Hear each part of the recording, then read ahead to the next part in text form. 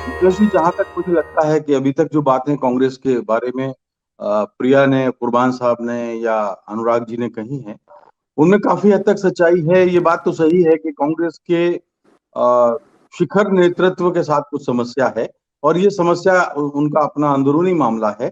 इस देश का के लोकतंत्र में मजबूत प्रतिपक्ष अगर उनको देना है, तो सबसे पहले उनको अपना घर तो ठीक करना पड़ेगा। इसमें तो कोई दो राय है नहीं। लेकिन दूसरी बात मैं ये भी कहना चाहता हूं कि जैसे अभी आप कह रहे थे कि 25-30 साल से कांग्रेस अपने सहयोगियों के साथ को साथ लेके नहीं चल पा रही है। अभी 10-12 साल पहले, 10 साल तक तो यूपीए चल रही थी। 10 ही साल तो हुए हैं। यूपीए में इतने सारे संगठन थे, दल थे। वो अभी 10 साल तो 2004 से लेके और 14 तक चली नहीं क्या? 10 साल तो उसको भी नहीं हुए अभी। पहली बात तो ये है। और दूसरी बात अभी बीच में ये भी आई थी कि मेरा ख्याल है शायद कुर्बान साहब ने कहा था कि एनडीए जो है अपने एलाइज को संभाल के रख रही है, और राजभर का उदाहरण दिया था। फिर हमें हमें लगता है कि हम ऐसे मामलों में कांग्रेस के प्रति कुछ ज्यादा ही अनुदार हो जाते हैं। अनुदार से मेरा मानना यह है कि अगर हम राजभर को तो देख रहे हैं, लेकिन उनके सबसे पुराने दो सहयोगी शिवसेना और अकाली दल छिटक कर चले गए, उनके बारे में हम कोई नहीं सोचते।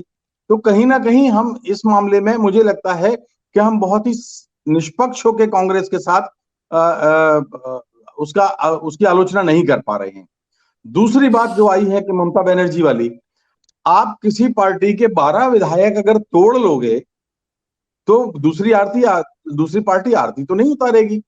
आप एक राज्य के कोई पूर्व मुख्यमंत्री को तोड़ लोगे, दल बदल कानून बना हुआ है। जो काम भारतीय जनता पार्टी कर रही है, अब वही काम ममता कर रही है।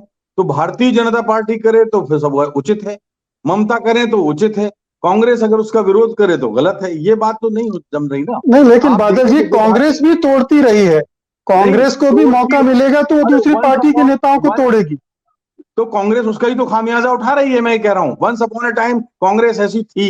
ये तो नरेंद्र मोदी वाली बात हो गई ना, कि आप कांग्रेस ऐसा करती रही है, हम वो गलत करते रहे तो हम भी गलत करते रहेंगे।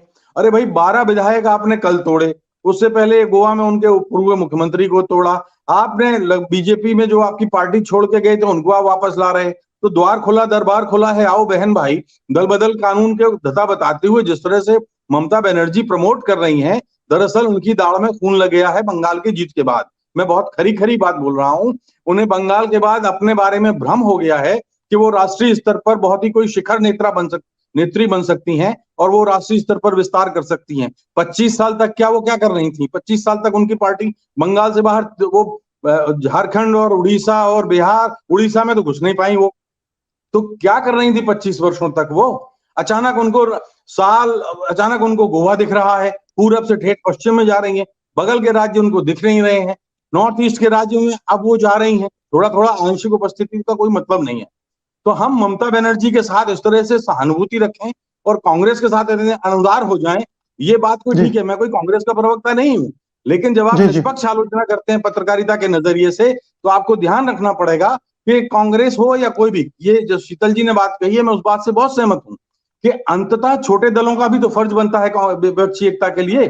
समाजवादी पार्टी कभी भी उत्तर प्रदेश के बाहर नहीं जा पाई, बहुजन समाज पार्टी नहीं जा पाई, डीएमके तमिलनाडु के बाहर नहीं जा पाई, एक पौंडीचेरी छोड़ दीजिए, मतलब छोटा मोटा अपवाद चलता है, आंध्र प्रदेश की पार्टियां नहीं जा पाई।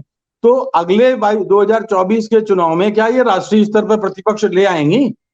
उनको हार के मजबूर, कुछ लोकतांत्रिक व्यवस्थाएं भी होती हैं, और लोकतांत्रिक व्यवस्था में उनको कांग्रेस को स्वीकार करना उनकी मजबूरी है। तो ये जी कांग्रेस बात समझती है, और कांग्रेस के साथ उनको जाना पड़ेगा। जब 2024 का इलेक्शन हो जाएगा, ये आप लिख लीजिए, एक बार नहीं 10 बार होगा कि 12.5 करोड़ जो थे बहुत ही न्यूनतम स्तर के वोट थे।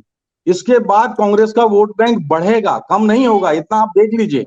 और इसके बाद समाजवादी पार्टी, बहुजन समाज पार्टी या जो भी रीजनल पार्टीज हैं, वो आपस में मिल जाएं तो भी वो कांग्रेस के वोट का बराबर नहीं कर पाएंगी।